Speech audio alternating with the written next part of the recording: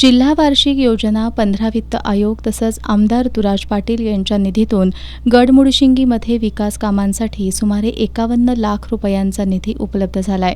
या निधीतून प्राथमिक आरोग्य केंद्राच्या दुरुस्तीचं काम पूर्ण झालंय।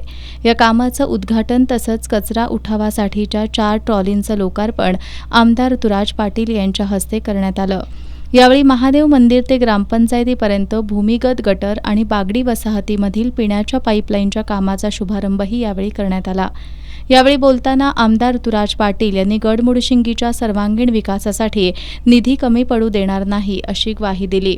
सरपंच अश्विनी शिरगावे यांनी विरोधकांवर टीका करत वेळ घालवण्यापेक्षा गावाच्या विकासाकडे लक्ष देत असल्याचं सांगितलं। आमदार सतेज पाटील आणि आमदार तुराज पाटील यांच्या माध्यमातून गावासाठी भरघोस निधी उपलब्ध होत असून सर्व सदस्यांना विश्वासात घेऊन या निधीतून विकास कामं मार्गी लागत असल्याचंही त्यांनी सांगितलं।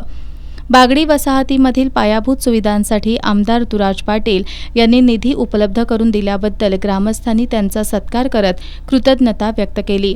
यावेळी ग्रामपंचायत सदस्य रावसाहेब पाटील, फुलगेश कल्यमुळे आदींनी मनोगत व्यक्त केली। विकास कामांचं लोकार्पण आणि शुभारंभावेळी करवीर पंचायत समितीचे माजी सभापती प्रदीप झांबरे, ग्रामपंचायत सदस्य रावसाहेब पाटील, सुदर्शन पाटील, संजय सकटे, दिलीप थोरात, तेजस्विनी सूर्यवंशी, अलका सोनुले, चेअरमन संजय पाटील, अशोक पाटील, राहुल गिरोली, विष्णू पाटील, अमित पाटील, संतोष कांबळे, रविराज सोनुले, अजित नेरले, संदीप पाटील, आनंदा बनकर, विठ्ठल पुजारी, ग्रामविकास अधिकारी चौगुले यांच्यासह ग्रामस्थ उपस्थित होते।